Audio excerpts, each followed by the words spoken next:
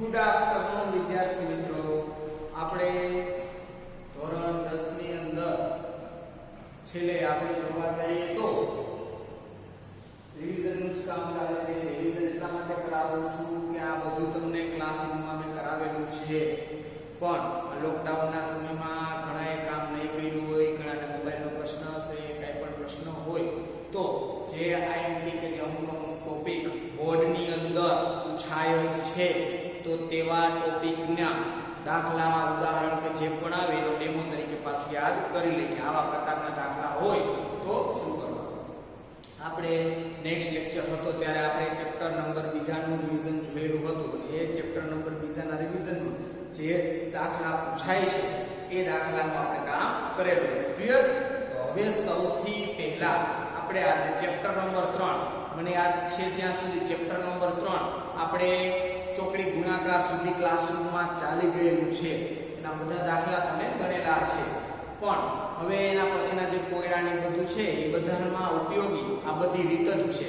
ખાસ કરીને એનું સમીકરણ એક સ્ટેપ બનાવી નાખો, પછી તો જે ઉકેલવાનું છે તે કેનાથી ઉકેલવાનું છે, તમને જે પણ રીત પસંદ હોય ફાવતી હોય વધારે એનાથી ઉકેલવાનું છે. પણ ખાસ કરીને આપણે જે જોવા જઈએ તો રીત કઈ છે, તો એના રીત વિશે આપણે જરા એક એક દાખલો યાદ પાછો કરી લઈએ. તમે બધાએ 15 દાખલા ગણેલા જ છે, તમને બધાને ખબર જ છે કે ભાઈ આ ગણિતની અંદર દ્વિચલ સુરેખ સમીકરણ, જો આપણે શરૂઆતમાં વધારે કહેતો નથી કે આ ચેપ્ટરનું નામ શું છે, ચેપ્ટર 3 દ્વિચલ સુરેખ સમીકરણ યુગ્મ. યુગ્મ એટલે જોડી. જેમ કે આપણે એમ કહેવા જાય કોઈ પણની જોડી હોય તેને ગણિતની ભાષામાં યુગ્મ એટલે બેકી. બેકી એટલે બબ્બે ભેગા હોય એને યુગ્મ કહી શકાય. ક્લિયર? હવે તો દ્વિચલ સુરેખ સમીકરણનું સ્વરૂપ તમને બધાને આવડે, પછી આપણે રીતની વાત કરીશું. તો દ્વિચલ સુરેખ સમીકરણનું સ્વરૂપ કેવા પ્રકારનું હોય, તો કોઈ પણ દ્વિચલ સુરેખ સમીકરણ હોય તો નામ પરથી જ ખબર પડી ગઈ. દ્વિચલ, દ્વિ એટલે બે, ચલ એટલે અંગ્રેજીના મૂળાક્ષરમાંથી કોઈ પણ સ્મોલ એબીસીડી ની અંદર જે તમને આપેલો હોય છે તેને ચલ તરીકે ઓળખવામાં આવે છે.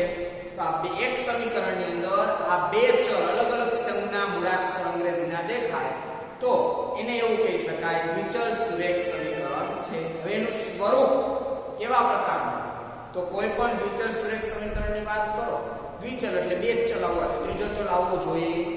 એનું સ્વરૂપ એવું હોય ax + by + c = 0. આવા પ્રકારનું હોય વ્યાપક સ્વરૂપ. પછી આની x ને y ની જગ્યાએ કોઈ પણ x ને y તો ચલ જ છે, પછી a b અને c ની જગ્યાએ કોઈ પણ સંખ્યા હોય છે. ક્લિયર? અને કન્ડિશન શું, a અને b એક પણ એકી સાથે શૂન્ય હોવા જોઈએ નહીં. તેને આપણે ગાણિતિક સ્વરૂપે મેં તમને બાજુમાં અલ્પવિરામ કરીને ચેપ્ટર કરાવ્યું ત્યારે બધું લખાવેલું હતું. શું લખતા? a² + b² does not equal to 0. એનો મીનિંગ શું થયો? a અને b એક સાથે શૂન્ય હોવા જોઈએ નહીં. ચાલો હવે થોડુંક આપણે આગળ જોઈએ કે દ્વિચલ સુરેખ સમીકરણનું બધાને સ્વરૂપ ખબર પડી ગઈ કે ax + by + c = 0. આપણું ચેપ્ટરનું નામ છે સમીકરણ યુગ્મ. યુગ્મ એટલે બે સમીકરણ આપણી પાસે આપેલા હશે. બે સમીકરણ હોય તો તેનું સોલ્યુશન મેળવી શકાય અને તો તેને ઉકેલી શકાય. તો કઈ મદદથી તેને ઉકેલી શકાય એવી આપણે પ્રોપર એની જે પ્રશ્નલ રીત છે તે આપણે જોશું. બોર્ડની અંદર પ્રોપર નામ દઈને પૂછે તો એ જ નામથી ઉકેલવું પડશે. તમને આવડતી હશે તે રીતથી ઉકેલશો તો માર્ક મળશે નહીં. એટલા માટે આ ચેપ્ટરની અંદર શરૂઆતમાં કોઈ પણ દ્વિચલ સુરેખ સમીકરણને ઉકેલવું હોય તો 3 મેથડ આપેલી છે. જોવા જઈએ તો 3 મેથડનું નામમાં પહેલી મેથડ આદેશની રીત, બીજી મેથડ લોકની રીત અને ત્રીજી મેથડ ચોકડી ગુણાકારની રીત. તો આજના લેક્ચરમાં આપણે આખું ચેપ્ટર તો ક્લાસમાં કરાવેલું જ હતું. આ બધું જે કરાવું છું માત્ર કયો પાર્ટ ચાલે છે ત્યારે રિવિઝન. તો રિવિઝનમાં પાછું રિકોલ થઈ જાય તમને બધા. કોઈને તકલીફ પડતી હોય રીતમાં તો એ પાછું જોઈને તકલીફ દૂર થાય એના માટે એક સમ આપણે લેશું જે દરેક દાખલા ગણશું, મેથડમાં ચેન્જ થશે નહીં. શું કામ કરતું જવાનું એ એક દાખલામાં આપણે જોઈ લઈશું. પછી આવશે ચોકડી ગુણાકાર. ચોકડી ગુણાકાર આજે નહીં લે, નેક્સ્ટ લેક્ચરમાં આપણે ચોકડી ગુણાકારનો એક દાખલો જોઈ લઈશું. ક્લિયર? તો આપણે સૌથી પહેલા બોર્ડના પેપરની અંદર તમને 2 માર્ક્સ કે 3 માર્ક્સમાં પૂછેલું હોય કે નીચે આપેલા સમીકરણ યુગ્મનો ઉકેલ આદેશની રીતે મેળવો. તો ચાલો ઉદાહરણ તરીકે તમારી ટેક્સ્ટમાં કોઈ એક સમ લીધેલો છે. આદેશની રીત 3x - 5y - 4 = 0. આ પહેલું સમીકરણ છે. અલ્પવિરામ કર્યું હોય કે ત્યાં પહેલું સમીકરણ પૂરું થયું. 9x = 2y + 7 આ બીજું સમીકરણ છે. હવે આપણું ચેપ્ટરનું નામ જ એવું છે સમીકરણ યુગ્મ એટલે એક બબેની જોડીવાળું સમીકરણ છે. ટૂંકમાં એક રકમમાં બે સમીકરણ તો હશે. ક્લિયર? તો આપણે કદાચ બોર્ડમાં છાપેલી છે ને યલો કલર આવી રકમ જ તમને કેટલી મૂકી દીધી આ જેમ છે અને કીધેલું હોય કે નીચે આપેલી માહિતીનો ઉકેલ આદેશની રીતે મેળવો. ક્લિયર? તો ચાલો જોઈએ આદેશની રીતમાં શું કરવાનું ખાસ.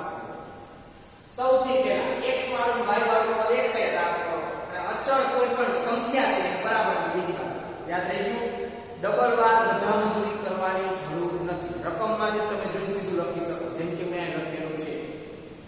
આમાં તો પેલું સમીકરણ છે. હવે x વાળું એક બાજુ y વાળું એક બાજુ તો છે સંખ્યાને ભેગી આપણે સંખ્યાને કઈ બાજુ મૂકીશું બરાબરની બીજી બાજુ.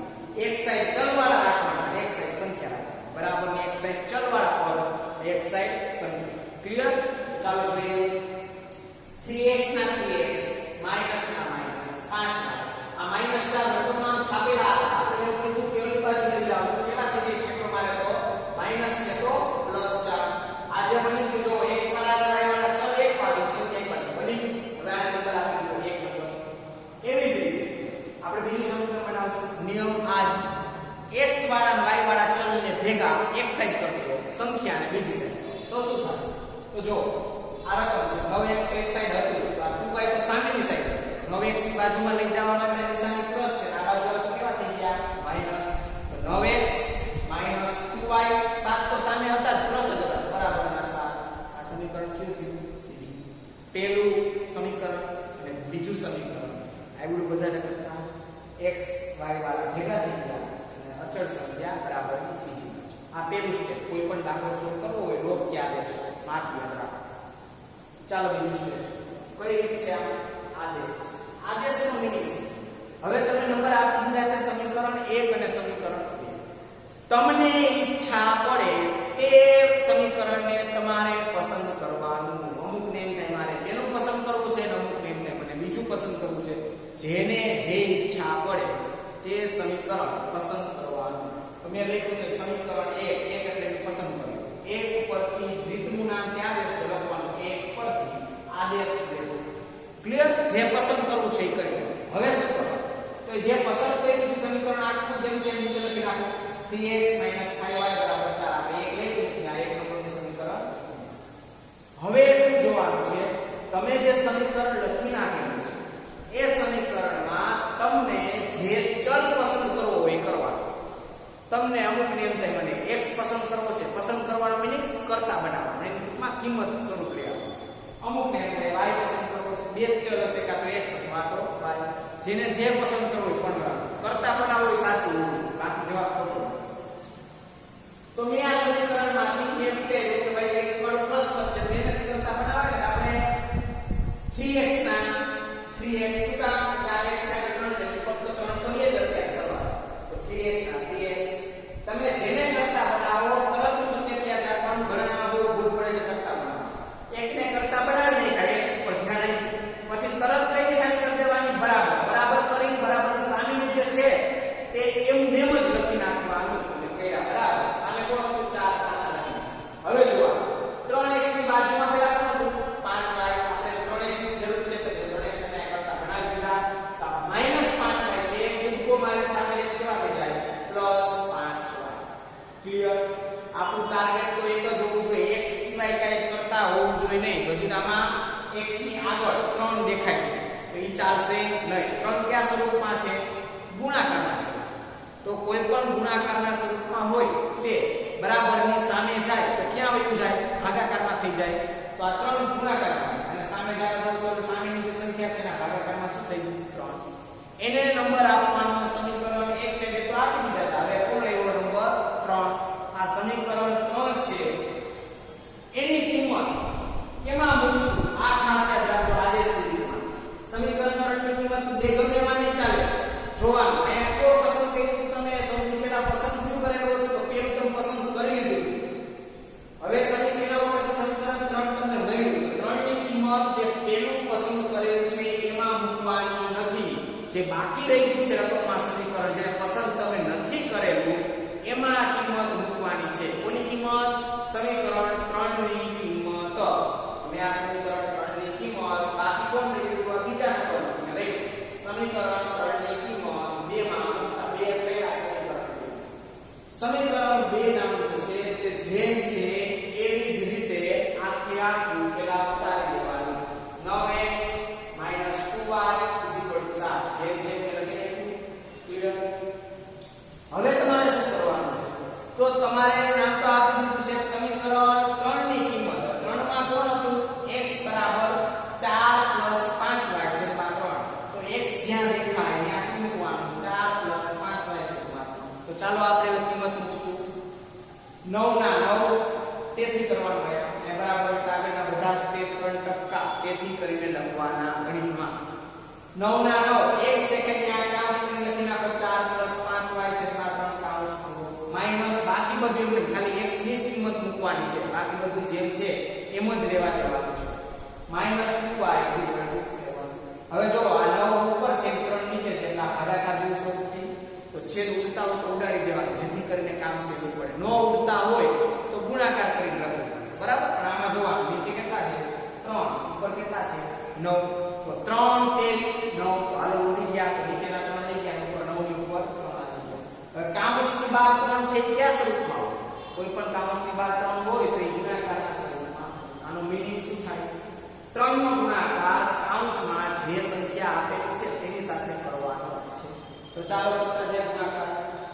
3 6 12 પ્લસ ના પ્લસ 5 તેરી 15 y ના 15 y આ બધું કેમ -2y ના 2y 7 હવે આપણે સાદું પાડવાનું છે કઈ રીતે આ ચલ વાળા પદ દેખાશે એક બાજુ રાખવાનું સંખ્યા વાળા પદ બીજી બાજુ જવા દેવાનું ક્લિયર જો હવે ચલ વાળા પેલા ધ્યાન 15y 2y y દેખાણ y વાળા ચલ તો સાદું આપી શકાય 15 માંથી 2 બાદ કરો તો કેટલા વધે 13 વધે પણ મોટા પદની નિશાની મોટું પદ કોણ હતું 15 તેની આગળ કેટલા છે પ્લસ 13 બાય બરાબર ના બરાબર મેં તમને એવું કીધેલું આ તમે એક સાઈડ કરતા બનાવો બરાબર તરત સામે લખી નાખો સામે કોણ હતું 7 ના 7 મૂકી દો હવે બાદ આપણી આ બાજુ હતા એને ઉપાડીને ઓલી બાજુ જવા દો તો કઈ નિશાની થઈ જાય -12 ક્લિયર હાલો હવે y ની આગળ 13 છે કયા સ્વરૂપમાં છે ગુણાકારના સ્વરૂપમાં ગુણાકારના સ્વરૂપમાં હોય ને સામે જઈએ તો ક્યાં વળી જાય ભાગાકારના સ્વરૂપમાં તો y ને કરતા બનાવો તો y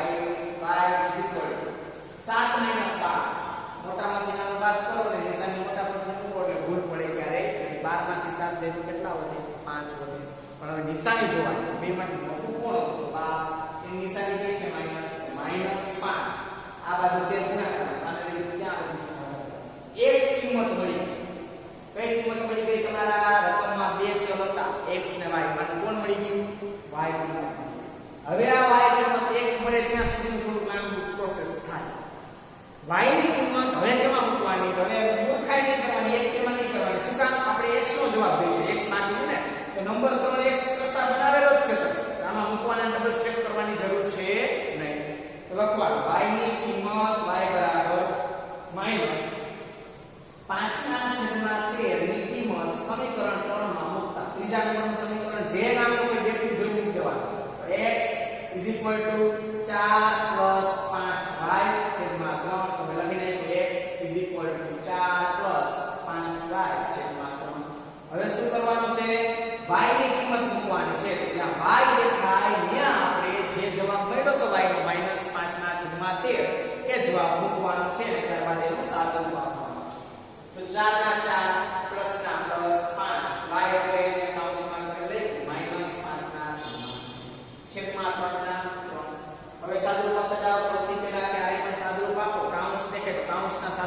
ચાલુ કરવાની શરૂઆત બાકી બધાય નેમ રાખવાનું ક્લિયર 4 ના 4 પ્લસ માઈનસ આ બે વચ્ચે સંબંધ કોનો થાય ગુણાકાર પ્લસ માઈનસ કેટલા થાય ત્યાં માઈનસ ની સંખ્યા આ છેદ તો ઉડે ઉપર 5 ને 13 છેદ ઉડે નહીં છેદ નો ઉડે તો શું કરવાનું અંશનો ગુણાકાર અંશમાં કરવાનો ક્લિયર 25 25 25 13 ના એક આખો છેદમાં 3 થાય.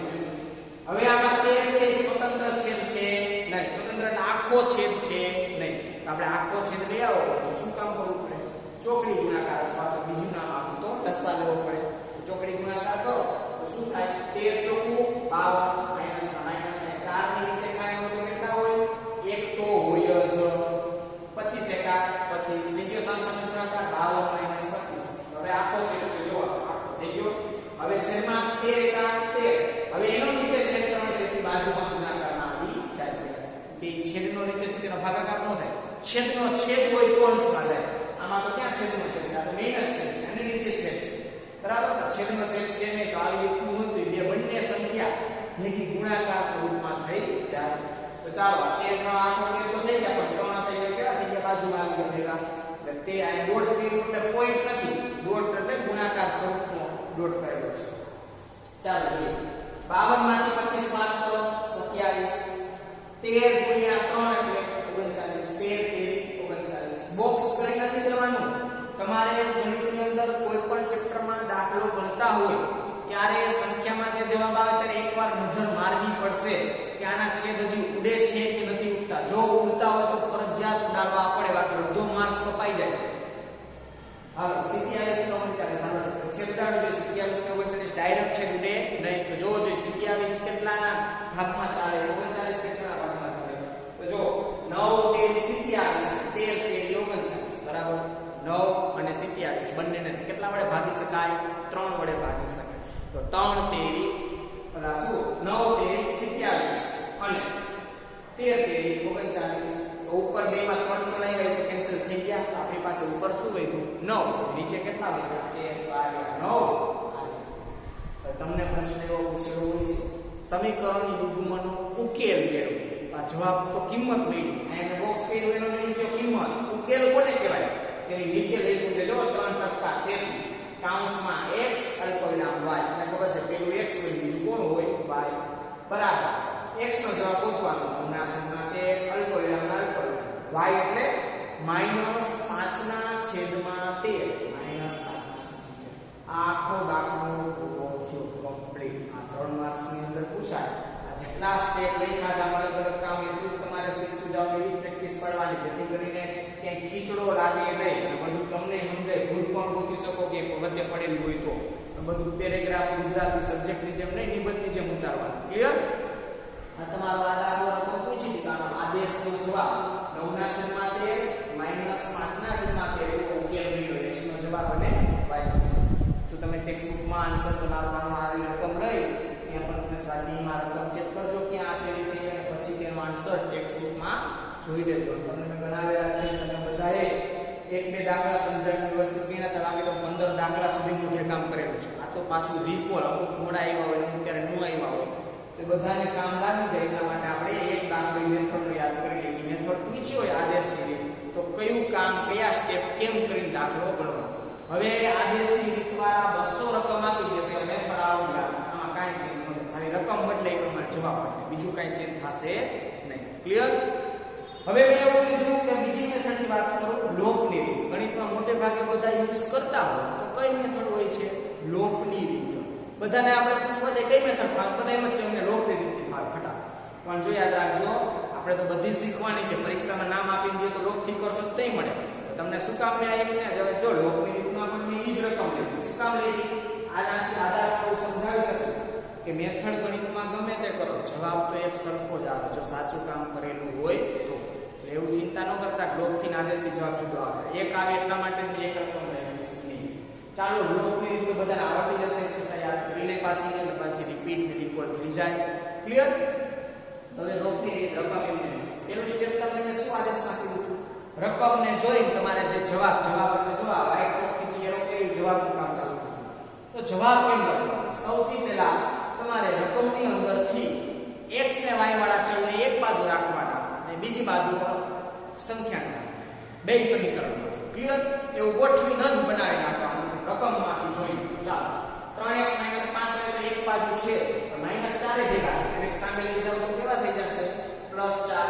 એને નંબર આપી દો. એક સમીકરણ બીજા 9x તો એક સાઈડ છે આપણે ભેગા કરો ને 2y છે નહીં 2y y ને સામેથી આ બાજુ ઉપાડી લઈ આવશો તો કઈ નિશાની એમ સાથે આવશે માઈનસ અને પ્લસ છે સામે આવી જાય તો માઈનસ 9x 2y 7 તો સામે હતા જ બરાબર બરાબર 7 હવે એક બાજુ ચલ થઈ ગયા એક બાજુ સંખ્યા થઈ તો આપણે એક ને 1 નંબર આપી દો એક ને 2 નંબર આપી દો સમીકરણમાં હવે લોપનો મીનિંગ શું તમારે આપેલા બંને સમીકરણમાંથી જોવાનું કે મારે x વાળું પદ ઉડાડી દેવું છે કે y વાળું પદ ઉડાડી દેવું છે ઉડાડવાનો મીનિંગ થાય લોપ કરવો શું થાય લોપ કરવો ગણિતની ભાષામાં આપણે દેશી ભાષામાં વાત કરું તો એમ ઉડાડ્યું x ઉડી ગયા y વાળું ચલ ઉડી ગયું આ ઈ જ વસ્તુ છે પણ ગણિતની ભાષામાં એને લોપ કરવો એવું કહેવાય સેલું જોવાનું આડેધડ ગાંડાની જેમ નહીં કામ કરવાનું ગમે એવું કામ જોવાનું બે સમીકરણમાંથી સેલું ક્યું કામ પડશે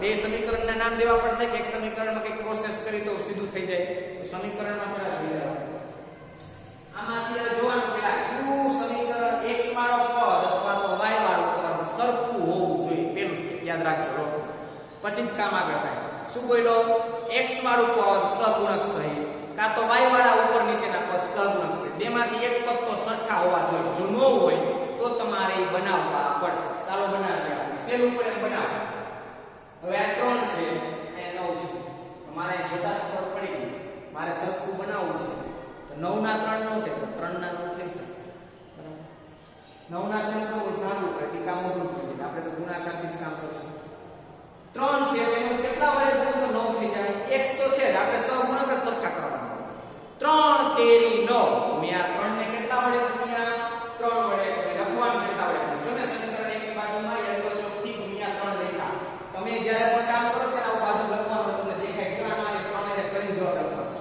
અને પાછું નીચે પણ લખવાનું કે સમીકરણ 1 ને 3 વડે ગુણતા લોપ કરતા ગુણી લોપ કરતા લોપ કરવો એટલે ઉડાડો કયો ચલ ઉડી જાય જોતા ખબર પડી જાય કે આપણે 9 ની સરખું બનાવવા માટે x વાળું ચલ કેન્સલ થઈ જાય છે ક્લિયર તો ચાલો આપણે ગુણવાના છે બાજુમાં ગુણ્યા 3 લખી નાખો ચાલો બધાને બરાબરની આ સાઈડ અને બરાબરની બીજી સાઈડ બધાને 3 વડે ગુણીને જવાબ લખવાનો છે એટલે કે નવું સમીકરણ જે બને એ લખવાનું છે 3 તેરી 9x માઈનસ ના માઈનસ 5 તેરી 15 બાય નો y 15y is equal to 4 તેરી 12 ક્લિયર શું આપણે પ્રોસેસ હતી એકને જ કરવાનું છે બીજામાં ફેરફાર કંઈ કરવાનો નથી તો બીજું જેમ છે રકમમાં એ જ ફેરફાર કરી નવું સમીકરણ બનાવ્યું એની નીચે એમને બેઠું લખવાનું છે મેં એમને લખી નાખ્યું 9x 2y 7 હવે જો પેલા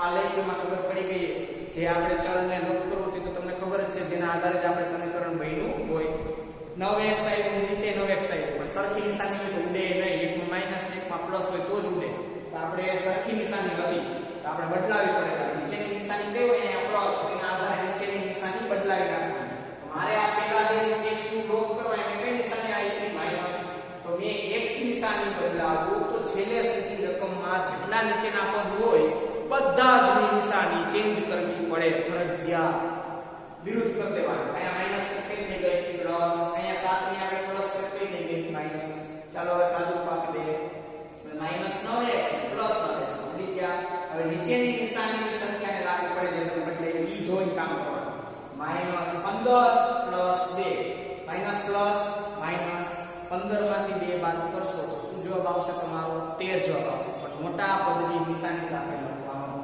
મોટું પદ આમાં 15 માઈનસ 13 y ના y is equal to 12 plus minus 7 12 માંથી 7 બાદ કરશો તો શું વધે છે 5 જવાબ મળશે ક્લિયર આપણે તો કોનું કામ છે ચલને કરતા બનાવવાનું તો ચલ કોનો તો y ને કરતા બનાવો તો એક નિશાની છે માઈનસ ક્યાં વહી જાય સામે વહી જાય સંખ્યા વાળી સામે વહી ગઈ નિશાની 5 ના 5 13 ગુણાકારમાં છે સામે વહી ગયો તો y નો જવાબ શું આવ્યો માઈનસ 5 ના છેદમાં 13 કઈ રીતથી લોકની રીતથી હવે જરાક આદેશમાં જોઈ લો જો આ જ રકમ હતી માં y નો જવાબ એટલો આવ્યો તો માઈનસ 5 ના છેદમાં 13 કઈ રીત છે આદેશ આ લોકની રીતમાં જવાબ આવ્યો આ આદેશ ક્લિયર હવે જે કામ કરીશું તે જ કામ y ની એક કિંમત લોકની રીતમાં બે સમીકરણ છે તમારી પાસે 1 ને 2 નંબર એકમાં આ બંનેમાંથી તમને જેમાં ઈચ્છા પડે તેમાં કિંમત મૂકી શકો જવાબ સરખો મળે કોઈને એમ થાય એકમાં મૂકું તો જવાબ એટલો મળે કોઈને એમ થાય બેમાં હા કોઈ પણ ગમે તે એકમાં મૂકવાનું તમને ગમતું સમીકરણ સમીકરણ અંદર મૂકી શકો, જવાબ સરખો મળે. સાચું આપશો. y ની કિંમત મેં લખી આ સમીકરણ 2 તા બીજા નંબરનું સમીકરણ છે અમને. તો શું કરો?